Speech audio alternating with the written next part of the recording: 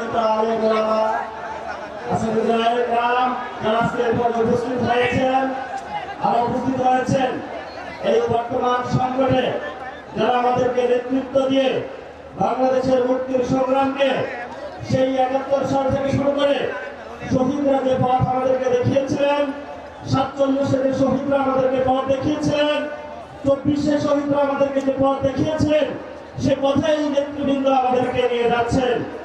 আপনারা জানেন গত ১২ ফেব্রুয়ারি যে নির্বাচন হয়েছিল, আল্লামা মামুনুল হককে তারা ভয় পায় বলেই পার্লামেন্টে ঢুকতে দেয় না। আল্লামা মামুনুল হক পার্লামেন্ট থেকে রাজপথে আরো শক্তিশালী হবে ইনশাআল্লাহ।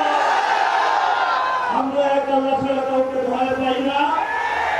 আমিও মাদ্রাসায় আলোচনা করছি, নারায়ণ তাকবীরের একটা স্লোগান দিয়ে ইনশাআল্লাহ বক্তব্য শেষ করব।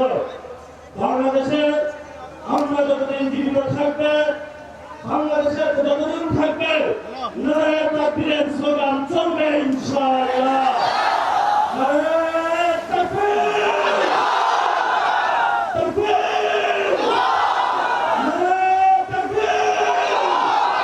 সবাই ভালো থাকবেন, দোয়া করবেন। সংগ্রামে ইনশাআল্লাহ রাজপথে দেখা হবে। আসসালামু আলাইকুম ওয়া রাহমাতুল্লাহি ওয়া বারাকাতুহু।